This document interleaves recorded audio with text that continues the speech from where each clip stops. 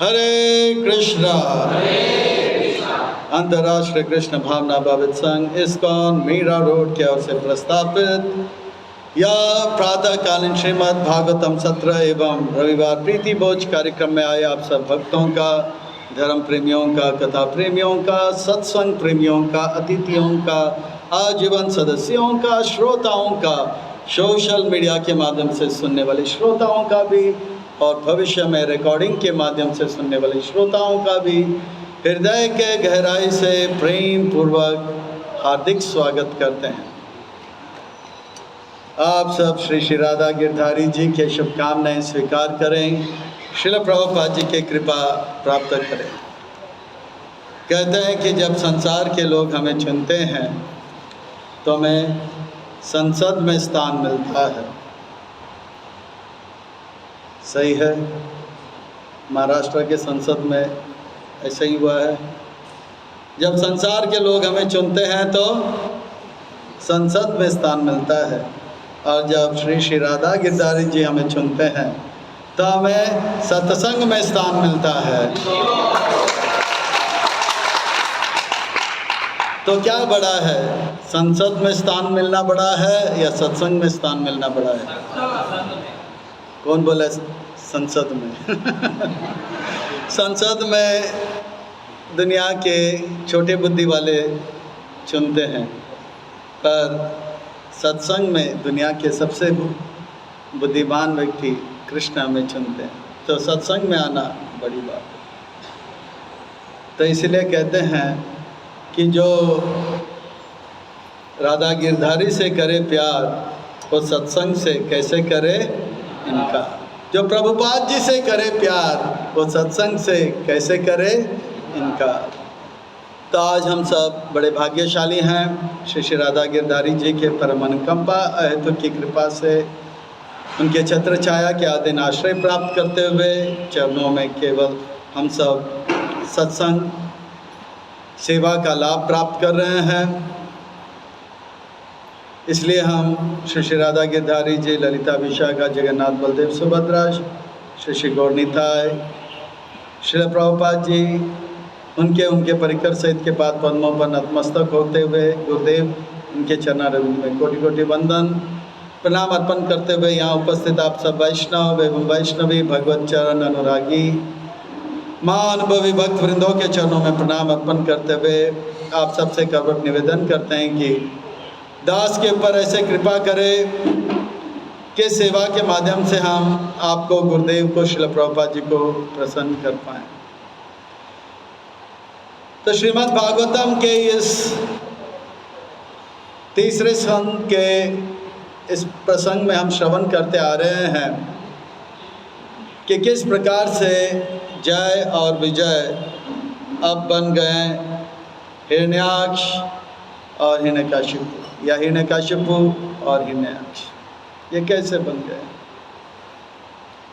संक्षेप में कथा ऐसा है कि वैकुंठ के दो वासी जय और विजय, जो हमारे मंदिर में भी उपस्थित है। कहाँ पे?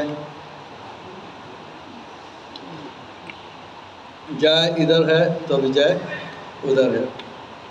तो ये जय और विजय भगवान के मन के बात जान गए। वैसे तो वैकुंठ में जितने भी जीव हैं उनका यह स्वभाव है कि वो तुरंत भगवान के मन में जो इच्छा प्रकट हो रहा है तुरंत जान लेते हैं। यह है शुद्ध भक्त का, उत्तम कोटि के वैष्णव भक्तों का लक्षण, तुरंत पता लग जाता है। जैसे राधा गिरधारी जी यहाँ पे खड़े हैं, उनके मन में क्या इच्छा जागृत हुआ है ये तुरंत प्रभुपाद जी जान जाते हैं। और प्रभुपाद जी जैसे शुद्ध भक्त के मन में क्या जानते उत्पन्न होता है, ये उनके प्रिय भक्त लोग सेवा करते करते जान लेते हैं, बोलने की आवश्यकता नहीं होती। तो भगवान के मन में क्या इच्छा उत्पन्न हुआ, वैकुंठ में वो सोच रहे थे सब लोग स्लो मोशन में हरे कृष्ण महामंत्र गाते हैं और बहुत ही धीरे धीरे से घंटी बजा के आरती भी करते हैं। सब कुछ स्लो मोशन में हो रहा है। तो मुझे थोड़ा सा कभी कभी बहुत ज़्यादा मीठा खाने के बाद ऐसा लगता है कि थोड़ा फीका चीज़ भी खाना है। तो भगवान के मन में ऐसा इच्छा हुआ कि मुझे वीर रस का आस्वादन करना है। तो पूरे वैकुंठ में कंपटीशन चालू हो गया। मैं जाऊंगा पृथ्वी लोक में, मैं जाऊंगा भूमंडल में, मैं जाऊंगा भौतिक जगत में और भगवान के साथ कुश्ती करूंगा। अब भगवान है, भगवान शक्तिमान है। आज हम आपके हाथ में जो बल है, शक्ति है, वो भगवान के द्वारा दिया गया है। भगवान ये शक्ति देते तो हम हिलते डुलते चलते फिरते नाचते गाते रहते हैं, और वही भगवान जब शक्ति निकालते हैं तो हम कुछ कर नहीं सकते हैं। तो वो भगवान बहुत शक्तिशाली हैं। तो इतने बड़े शक्तिशाली भगवान अगर कुश्ती करने जाए तो छोटा बच्चा तो वो कुचल जाएगा। तो उनके लिए उनके बराबर के टक्कर का कोई होना चाहिए। तो पूरे वैकुंठ में सबने कहा मैं जाऊंगा। ये वैकुंठ का स्वभाव, ये भक्तों का स्वभाव, ये है भक्त। अहम पूर्वम, भगवान की सेवा में अहम पूर्वम, मैं पहला। और असुर लोग का कैसा गुण, जब मोहिनी देवी प्रकट हुई तो जितने भी असुर थे वो एकदम से इसके पीछे भागने लगे। इसका स्पर्श मैं पहला करूँगा। अहम पूर्वम, भोग करने में अहम पूर्वम, खाने पीने में अहम पूर्वम। तो ये सब कंपटीशन में जा रहे थे। अब कौन इस कंपटीशन में खरे पड़ेगा, कौन पहला आएगा। तो वैकुंठ के वासी हैं। ये सब जो है बहुत ही सदाचारी है और बहुत ही शिष्टाचार से पालन है। पर जय विजय का नंबर लग गया। वो कैसे लग गया और क्यों लग गया? बहुत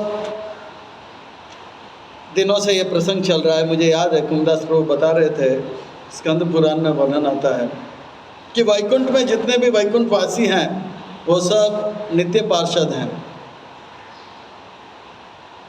वो भगवान के वो बद्ध अवस्था से इस नित्य अवस्था में नहीं, वो हमेशा से वैकुंठ में ही निवास करते थे, नित्य सिद्ध है। पर जय और विजय वे पृथ्वी लोक से साधन सिद्ध होकर वैकुंठ में गए। यानी कि उनको पृथ्वी में लड़ाई झगड़ा का पहले से ही प्रैक्टिस था। और उनका साधन क्या था, बहुत सुंदर बताए थे उन्होंने, आप लोग ने भी सुना होगा कि वो व्यक्ति जीवन भर, यानी कि माँ के गर्भ से जन्म लेते ही जो चट्टान में रात के समय सोता है, दिन को नहीं, चट्टान में सोता है रात को। चट्टान जानते हैं, जो काला पत्थर, बड़ा सा काला पत्थर में, जो केवल काला पत्थर में, वो डनलप 5 स्टार क्या बोलते हैं आजकल, वो कटिया वगैरह में नहीं सोते हैं। जो चट्टान में जीवन भर सोए हैं, ऐसा कोई कृष्ण का भक्त उनको जो है साधन सिद्ध होकर वो वैकुंठ को प्राप्त कर लेंगे। तो वैकुंठ में ये दो जो थे, ये तुरंत उनको आइडिया लग गया, अभी पृथ्वी लोक में जाना है तो हमको वैष्णव अपराध करना ही होगा। अब वैकुंठवासी तो बहुत सदाचारी थे, वो तो भक्त है, वांछा कल्पत्रु ददाति प्रतिगृह्णता, ये सब करते रहेंगे। पर ये सब करते करते उनका नंबर लगा ही नहीं। और ये लोग सोच रहे थे कि कैसे हम लोग वैष्णव अपराध करेंगे। तो देखा 4 कुमार आ रहे थे। वो ब्रह्मा जी के उपदेश प्राप्त करके 6 द्वार पार कर लिए। तो ये छोटे से बालक वो जान गए ये सब जो है महात्मा है, फिर भी उन्होंने सोचा कि अभी तो पृथ्वी में जाना है तो इनको रोक ही देते, वैष्णव अपराध कर लेते। उनको रोक दिया और आगे आप सब जानते हैं किस प्रकार से 4 कुमार ने उन्हें श्रापित कर दिया। हे नंगे बच्चे, कहाँ जा रहे हो? भगवान के सामने ऐसे जा रहे हो? ये भी कोई शिष्टाचार है? आज तक इतिहास में भगवान के सामने कोई जो भी गया सज धज कर नए ताजे पवित्र वस्त्र धारण करके गया। ये कैसा ड्रेस है भाई? कोई शिष्टाचार सीखो।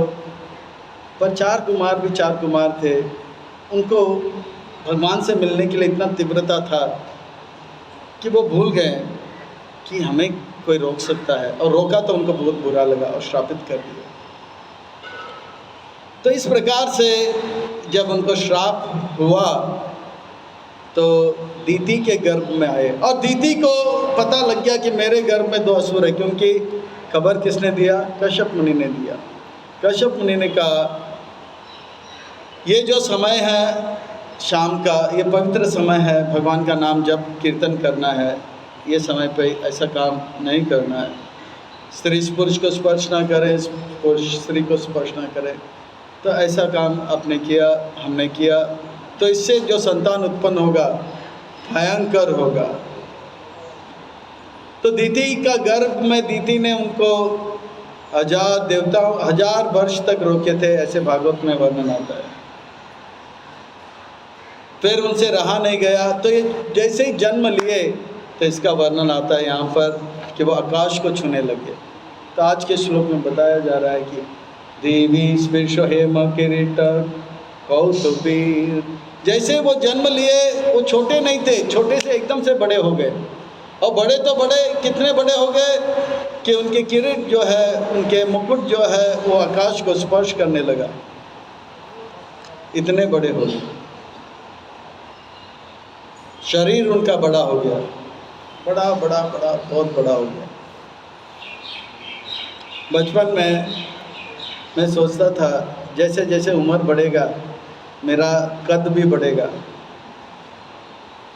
और मेरा वजन भी बढ़ेगा, और एक दिन ऐसा आएगा कि मेरा सर जो है आकाश को स्पर्श करेगा, और तब मैं इंस्पेक्टर बनूंगा और हाथ में लकड़ी लूँगा, और जो है उल्टा सीधा काम करेगा उसको मैं लकड़ी से मारूंगा।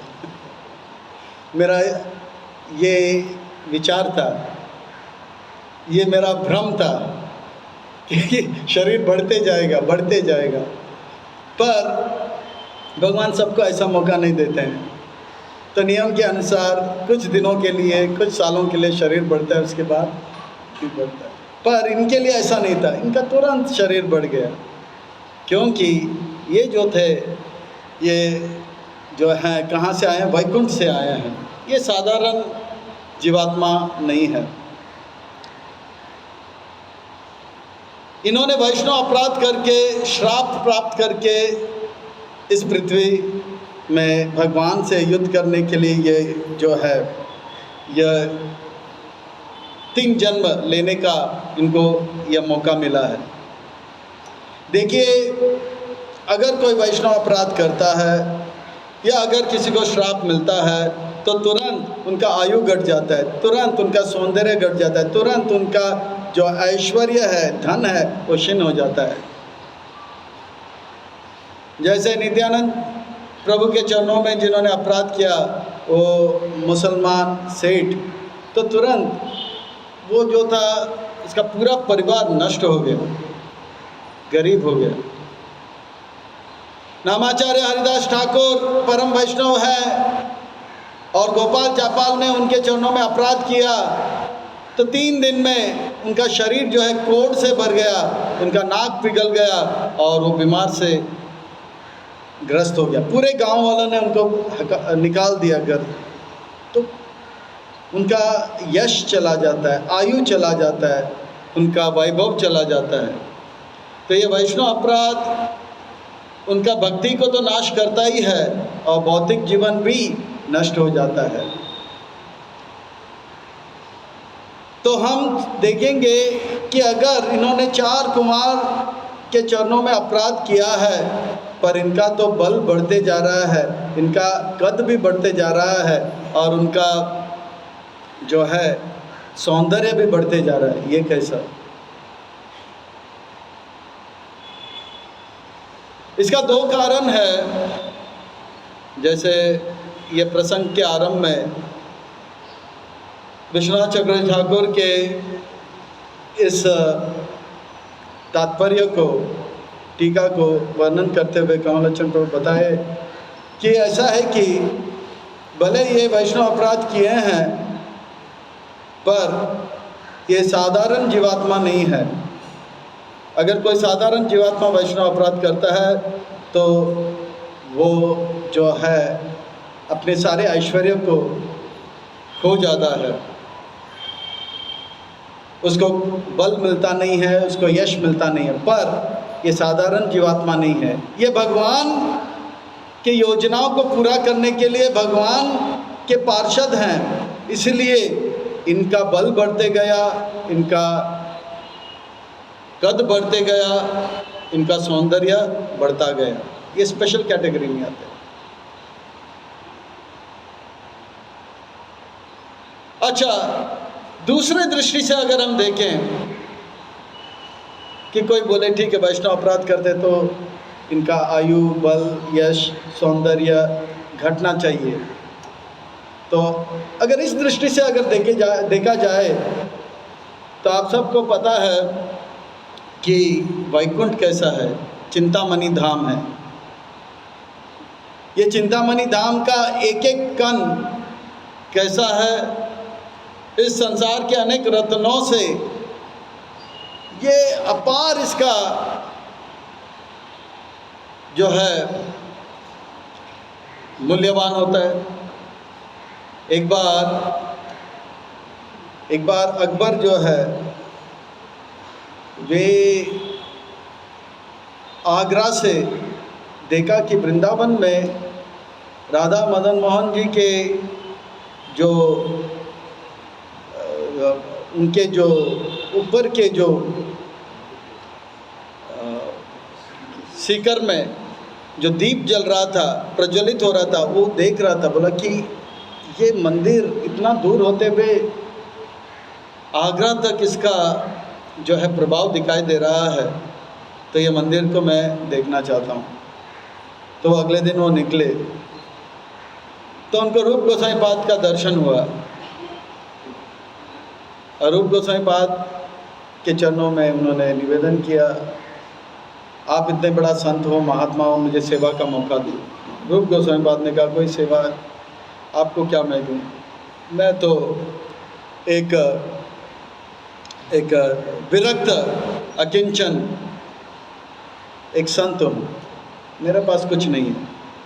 फिर भी उन्होंने निवेदन किया तो बोला ठीक है, ये जो राधा मदन मोहन जी का जो मार्जन करने का जो वॉशपेशन है उसको थोड़ा सा आप घिस लो। जिस स्थान पर लोग हाथ धोकर मंदिर आते हैं उस स्थान को आप थोड़ा सा साफ कीजिए। तो अकबर गया बादशाह होते हुए भी, रूप गोसाई पाद ने उनको थोड़ा सा दिव्य दृष्टि दिया और जैसे ही दिव्य दृष्टि दिया और उन्होंने थोड़ा सा सेवा किया, थोड़ा सा घिसने से उन्होंने देखा ये जो वॉशपेशन है उसके एक एक कण जो है, एक एक पत्थर जो है वो इस संसार के हीरे मोती और रत्नों से अपार अनंत उसका मूल्य है। ये इस संसार का पत्थर नहीं है। और ये पत्थर को, एक पत्थर को देखकर उनको ये पता लग गया कि ये जो पत्थर जो इस वॉशपेशन में लगा हुआ है, ये राधा मदन मोहन जी के वॉशपेशन में लगा हुआ है, वह मेरे पास जितने भी संपत्ति भारत में मैं लूट कर लाया है वो उसका थोड़ा सा भी 1% भी उसका मूल्य नहीं होगा। ये इतना मूल्यवान है। ऐसा अकबर को साक्षात्कार हुआ। देखिए अकबर का क्या भाग्य है, वो चिंतामणि धाम का दर्शन हो गया उनको और उन्होंने ये निष्कर्ष निकाला, एक एक कण जो है यहाँ पर ये चिंतामणि धाम का, ये पूरे पृथ्वी के रत्नों को अगर साथ में रखेंगे उससे भी मूल्यवान होगा। तो ये है चिंतामणि धाम। तो वो चिंतामणि धाम वैकुंठ है, और उस वैकुंठ से जय विजय कहाँ पे आया है?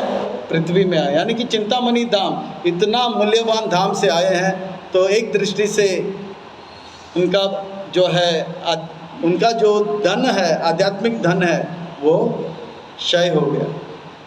तो उस दृष्टि से भी अगर देखेंगे तो उनका पतन हो गया। अब जो है जय विजय का जन्म हो गया। जन्म होते ही उनका शरीर बढ़ गया। तो शरीर बढ़ गया तो बढ़ गया, वे केवल शरीर पे ध्यान देते हैं। यह है असुर। जैसे मैंने पिछली बार भी बताया था, सुर और असुर में अंतर क्या है? सुर वो है जो भगवान के सुर से सुर मिलाए वो सुर, और जो भगवान के सुर से सुर ना मिलाए वो असुर। जैसे ही इनका जन्म हुआ तो वर्णन आता है कि पूरे अशुभ लक्षण पृथ्वी में पाया गया था, और ये अशुभ लक्षण को देखकर पूरे पृथ्वी में जितने भी जीवात्मा थे सब भयभीत हो गए, सारे देवी देवता भयभीत हो गए। केवल 4 लोगों को छोड़कर सभी भयभीत हो गए थे। वो 4 कौन है? सनक, सनातन, सनंदन, सनत कुमार और कौन? सनक, सनातन, सनंदन और सनत कुमार, 4। ये 4 कुमार को छोड़कर बाकी सब लोग भयभीत हो गए। भय उनके अंदर आ गया। क्यों भय आ गया? और ये 4 के अंदर भय क्यों नहीं आया? ये 4 के अंदर भय इसलिए नहीं आया क्योंकि वो अभय भगवान के भक्त हैं और भगवान के भजन में लगे हुए हैं। हरे कृष्णा कृष्णा कृष्णा हरे हरे, हरे राम राम राम। तो ये 4 को छोड़कर सब के अंदर भय। और दूसरी बात, 4 कुमार को पता था ये 2 ये जो है पूरे सृष्टि में इतना जो है भयंकर लक्षण दिखाई पड़ रहे हैं, क्योंकि अब जय विजय का जन्म होने वाला है। अब जय विजय का जन्म होने वाला है ये इनको पता है, और साथ ही साथ ये भक्त हैं इसके। बाकी सब लोग भयभीत हो गए, सारे देवी देवता भयभीत हो गए। तो ये भय क्या है? भागवत में वर्णन आता है, भयम द्वितीया अभिनिवेश। अगर हम अद्वितीय भगवान को छोड़कर द्वितीय दूसरे भगवान को छोड़कर किसी और में अपने मन को लगाते हैं तो तुरंत भय उत्पन्न हो जाता है। इसीलिए एक महान संत गोविंदास गोस्वामी वो क्या कहते हैं? भजहु रे मन श्री नंद नंदन, अभय चरण रविंद रे। वो कह रहे हैं कि भगवान में जब तक मन लगा रहेगा तो हम अभय को प्राप्त करेंगे, क्योंकि भगवान का चरण कमल कैसा है? अभय चरण रविंद रे। वो अभय को प्रदान करता है, बाकी सब भयभीत हो जाता है। इस संसार में हर कोई भयभीत रहता है। एक चूहा बिल्ली से भयभीत रहता है, बिल्ली कुत्ते से भयभीत रहता है, कुत्ता सियार से भयभीत रहता है, सियार शेर से भयभीत रहता है, शेर हाथी से भयभीत रहता है, और हाथी इंसान से भयभीत रहता है, और इंसान कोरोना वायरस से भयभीत रहता है। सब लोग भयभीत रहते हैं। वो भय रहता है। और हमारे मीरा रोड से 6 किलोमीटर उत्तर की तरफ एक जगह है, उसका नाम है भय अंदर।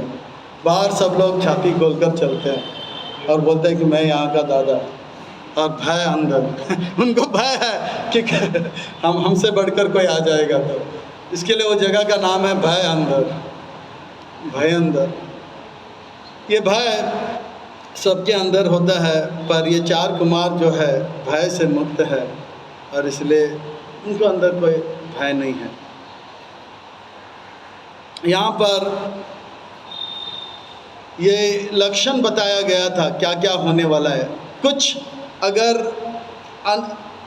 अहित होने वाला है, कुछ अगर खराब होने वाला है, तो कुछ लक्षण प्रकट होते हैं। तो सब बुरे लक्षण दिखाई पड़ रहे थे। आकाश में आंधी तूफान आने लग गया, तूफान के साथ अग्नि नीचे जो है कोयले के साथ जल जल कर नीचे आग गिर रहा था। ये गधे जो है उल्टे चल रहे थे, ये सब दिखाई पड़ रहा था। और घोड़ा जो था वो आवाज़ करने लगा तो उसके मुंह से अग्नि आने लगा। ये सब लक्षण दिखाई पड़ा। तो ये समय बुरा है तो उसके कुछ लक्षण है।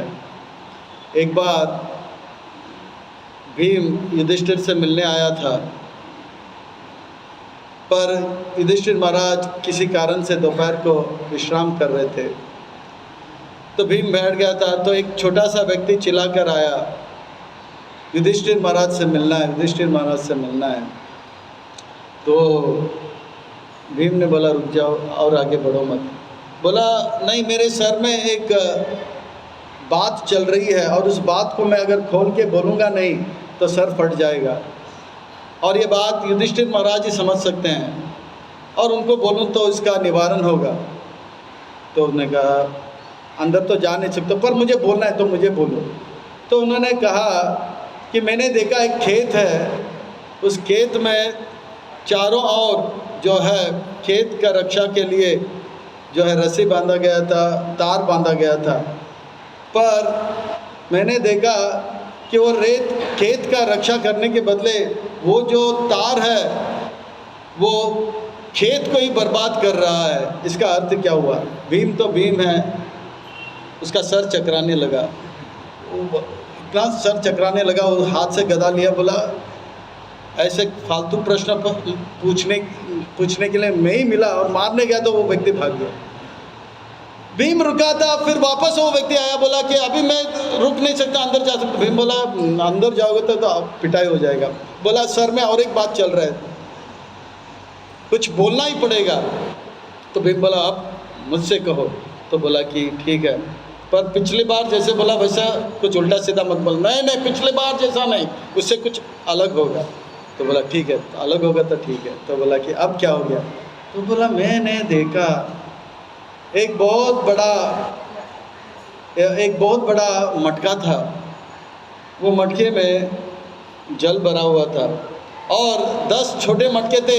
बड़े मटके का पानी 10 छोटे मटके में डाल दिया गया, पर बाद में ये छोटे 10 मटके का पानी जब बड़े मटके में डालने का प्रयास किया, वो गया नहीं, पूरा भरा नहीं। इसका अर्थ क्या हुआ? तो भीम बोला मैंने पहले ही बोला ना, ऐसा प्रश्न मत पूछो। उसका सर चकराने लगा, फिर से मारने गया, ये भाग गया। अब जो है युधिष्ठिर महाराज भी समय ले रहा था, फिर से भीम बैठा था, बोला कि आज मेरा दिन बहुत खराब है। फिर से ये व्यक्ति आया, बोला अब क्या? बोला अब कुछ बोलना है, पिछले बार जैसे नहीं। बोला नहीं, अब कुछ बहुत ही हटकर है, अब क्या है? तो बोला कि एक हाथी है, वो सुई के छेद से निकल गया, पर उसका पूंछ अटक गया। भीम अभी गदा लेके उसको मारने भागा, ये गायब हो गया। और चौथे बार ये आ गया, अभी युधिष्ठिर महाराज आ ही नहीं रहे। अब ये वो व्यक्ति फिर से आया, बोला पिछले बार जैसे कुछ मैं पूछूंगा नहीं, अब एकदम हटकर। तो बोला एक छोटा सा लड़का है, उसके पास धागा है, और उसने क्या किया, एक बहुत बड़ा पर्वत है गोवर्धन जैसा, उसको धागे से पतले धागे से बांध दिया और एक झटका दिया तो धागा जो है टूटना चाहिए, पर धागा टूटा नहीं। वो पर्वत जो है वो चूर चूर होकर एकदम रेत जैसा हो गया। इसका क्या अर्थ है? अब भी मैं बताता हूँ इसका अर्थ क्या है।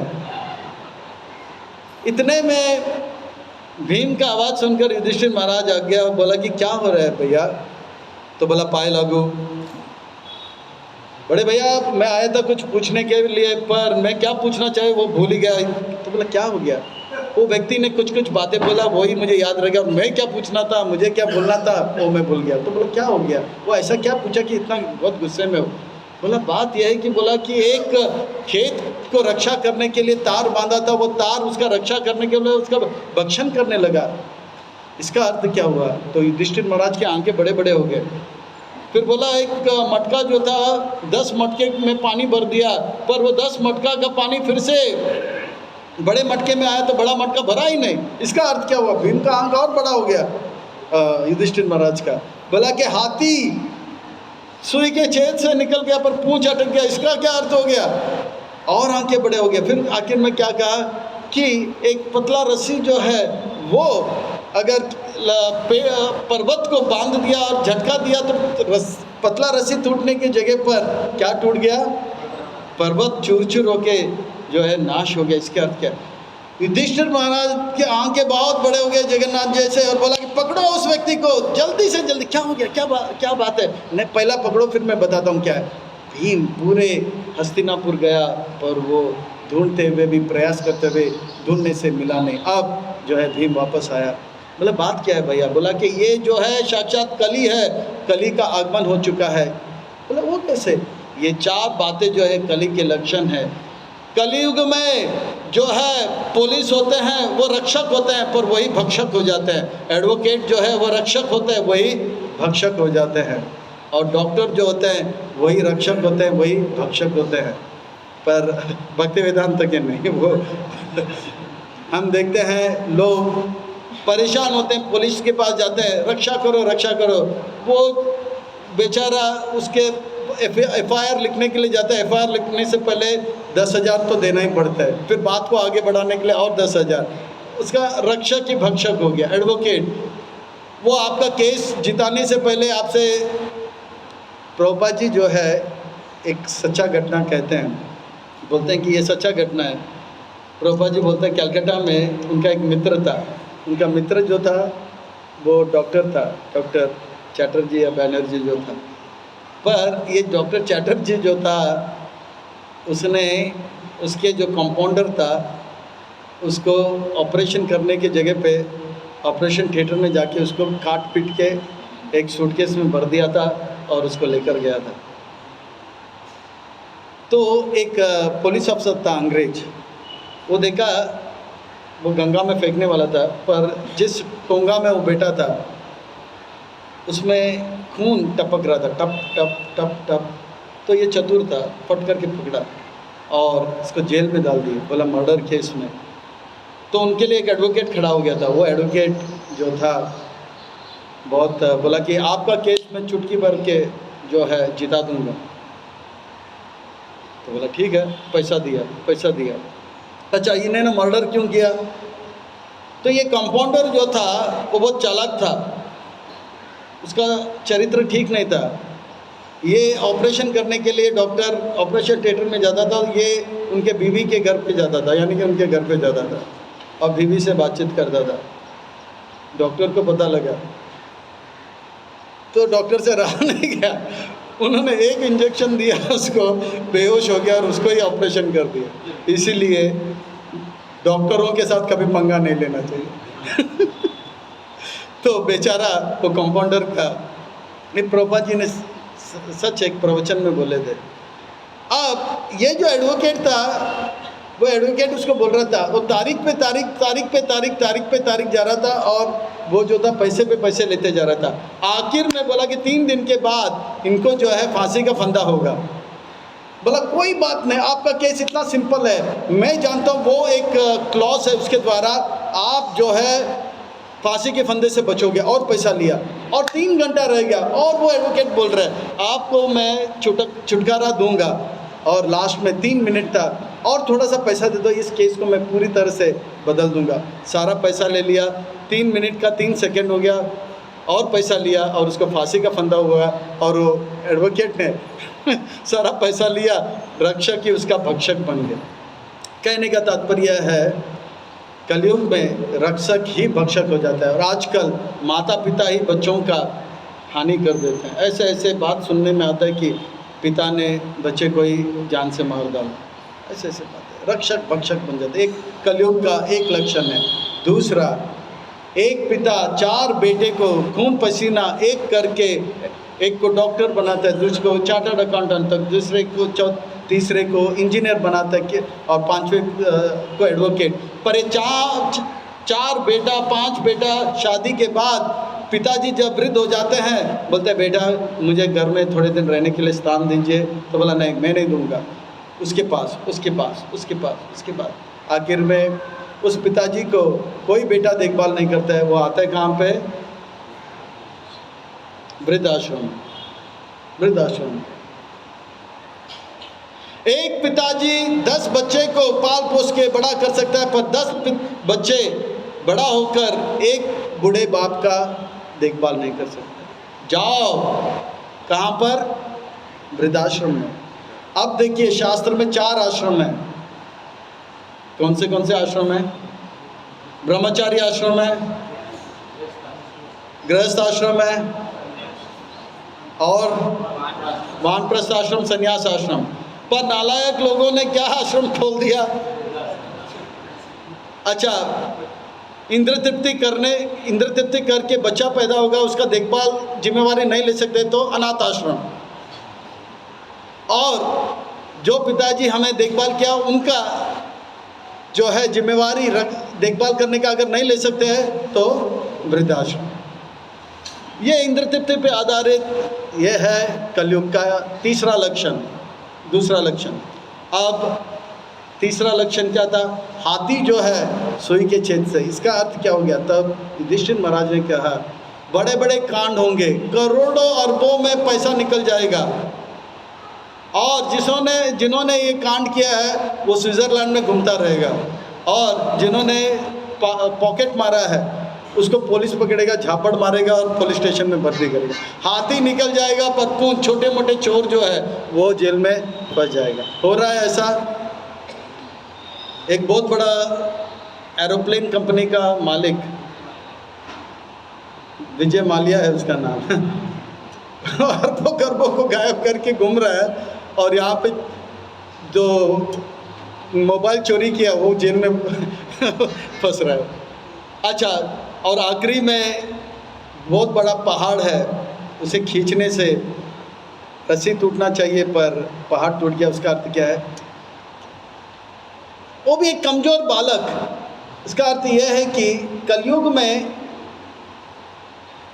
मान लो कि एक पहलवान है, उसने पर्वत को हिलाया, ये एक बात है, पर एक कमज़ोर बालक भी अगर पतला रस्सी लेकर हल्का सा पहाड़ को झटका देता है तो पहाड़ चूर चूर हो जाता है, नाश हो जाता है। तो ये पहाड़ है पापों का, और ये पापों का पहाड़ को दूर करने के लिए बड़े बड़े यज्ञ, अनुष्ठान और तपस्या वगैरह करे तो पाप कटते हैं। पर कलयुग में केवल एक छोटा सा भी बच्चा, यानी कि जो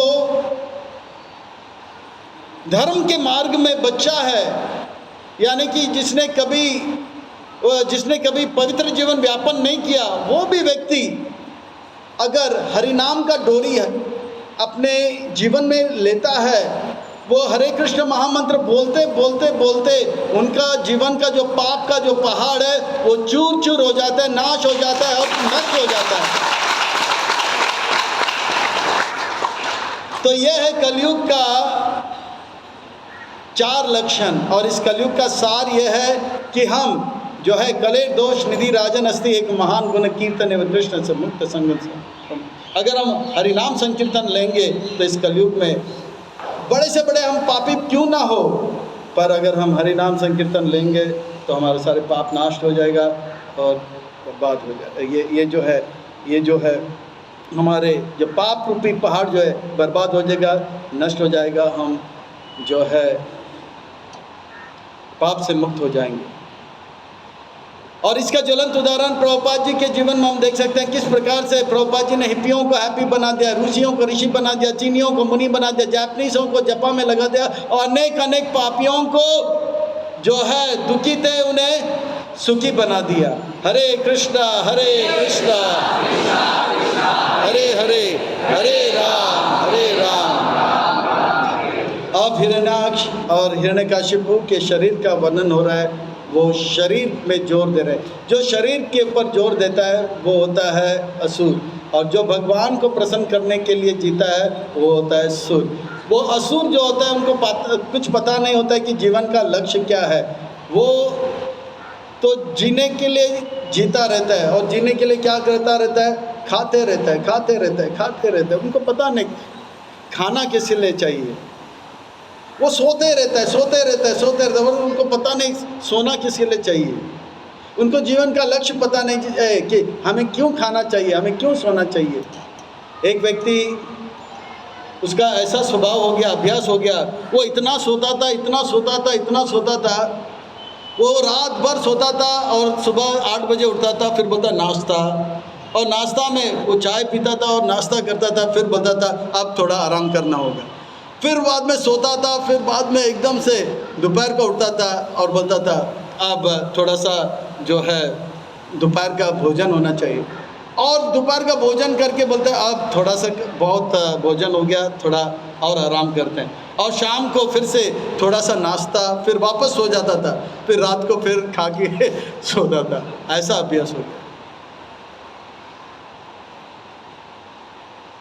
कुछ तो लिमिट होना चाहिए, आइडिया होना चाहिए कि कितना सोना चाहिए। सोते जा रहे, सोते जा रहे। इसी प्रकार से एक व्यक्ति खाए जा रहे, खाए जा रहे, खाए जा रहे। वो इतना खाता था, इतना खाता था, और खा खा के यजमान को बोलता था दाने दाने में लिखा है खाने वाले का नाम, और खाए जा रहा है, खाए जा रहा है। यजमान को आया गुस्सा, तो बोला भाई साहब अब से दाने दाने में लिखा है खाने वाले का नाम ये मत बोलो, आप लिखो भोरी भोरी में लिखा है खाने वाले का नाम। खाए जा रहे हो, खाए जा, कुछ तो लिमिट होना चाहिए। बोला देखो आपने मुझे दावत में बुलाया, मैं आपका अतिथि हूँ, इस प्रकार से अपमान नहीं करना चाहिए। अरे खाए जा रहे हो, खाए जा रहे हो, कितने देर से खाए जा रहे हो, बीच बीच में थोड़ा पानी भी तो लिया करो। तो वो जो था व्यक्ति वो बोल रहा था मैं मुझे सिखाऊं मत, मुझे पता है बीच बीच में पानी लेना चाहिए, पर बात यह है बीच आने तो दो, अभी तक तो शुरुआत है। अरे खाए जा रहे, खाए जा रहे। एक व्यक्ति को दावत में बुलाया था, वो पूरा खाए गया, खाए गया। मथुरा का जो ब्राह्मण था लड्डू पे लड्डू खाया जा रहा, लड्डू पे लड्डू खाया जा रहा था, और यजमान जो था बहुत परेशान हो गया, अरे इतना खाया, इतना खाया। और बाद में आखिर में बोला कि अब इससे ज़्यादा खाया नहीं जाएगा, और धड़प करके गिर गए।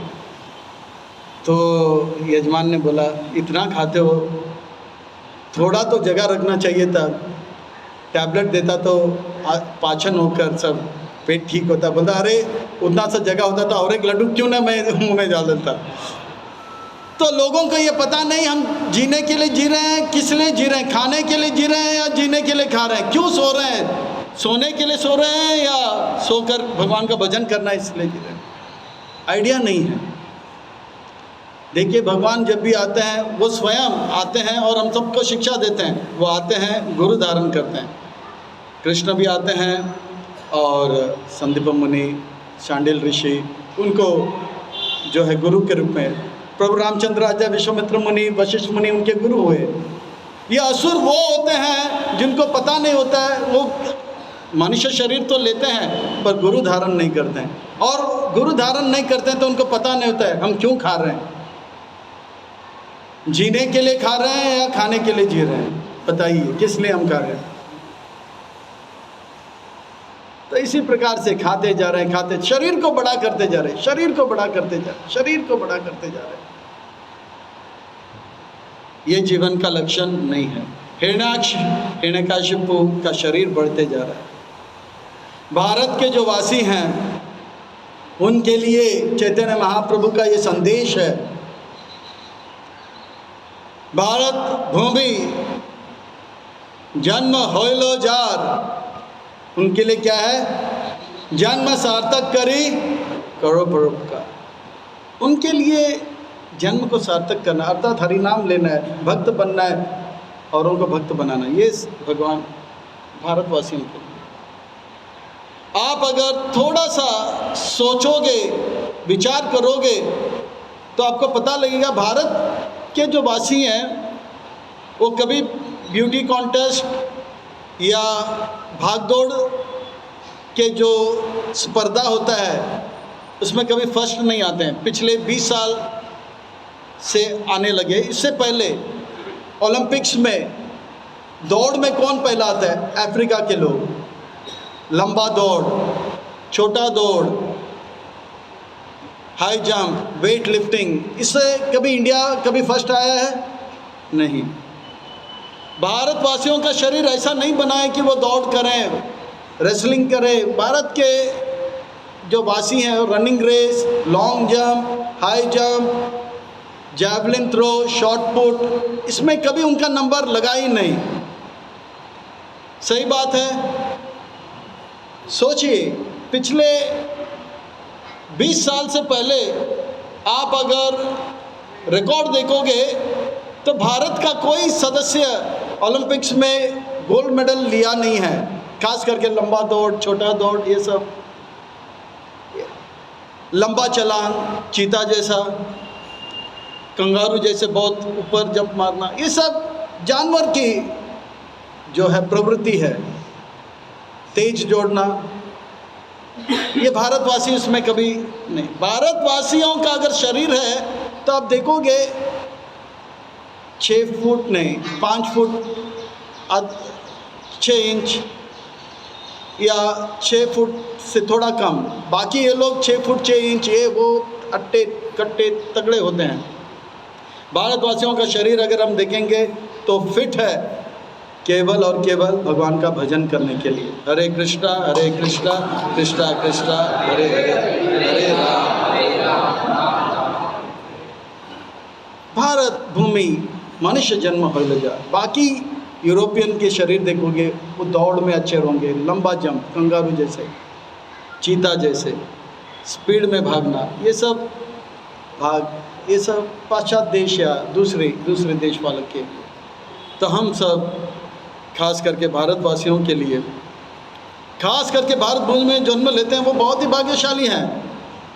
हमें चाहिए कि ये मनुष्य शरीर को प्राप्त करके ये जाने कि हम गुरु धारण करें, हरिनाम को धारण करें, अच्छे भक्त बने, प्रभुपाद जी के ग्रंथ को पढ़ें और इसे औरों को समझाएं, ग्रंथों को वितरण करें, औरों को भक्त बनाएं और प्रभुपाद जी के ख्याति को बढ़ाएं और संस्था का प्रसार में भाग लें, अच्छे भक्त बनकर औरों को भक्त बनाकर अपने जीवन को सार्थक करें। इसलिए भारत में मनुष्य शरीर लोगों को मिला है। तो हम सबको चाहिए कि हम जो है भारतवासी अगर हम हैं तो अच्छी तरह से मनुष्य शरीर को प्राप्त करके गुरु की आज्ञाओं को पालन करते हुए अच्छे भक्त बनकर औरों को भक्त बनाकर अपने जीवन को सार्थक करें।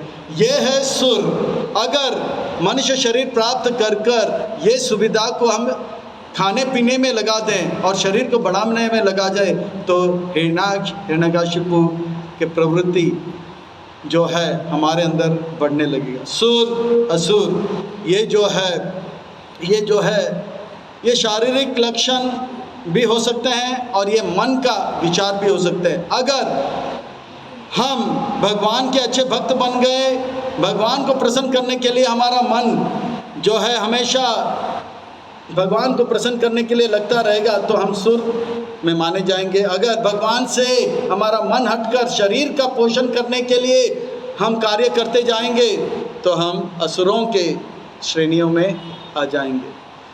तो ये सुर असुर सतयुग में दूसरे प्रांत में होते थे, दूसरे लोक में होते थे।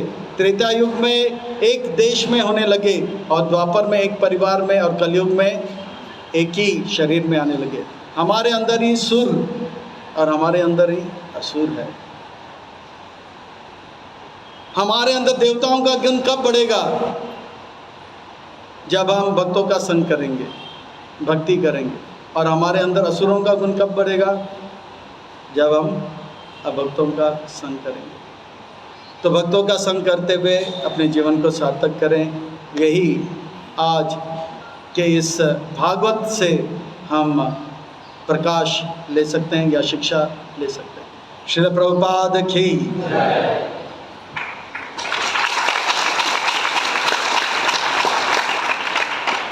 किसी का कोई प्रश्न है तो पूछ सकते हैं।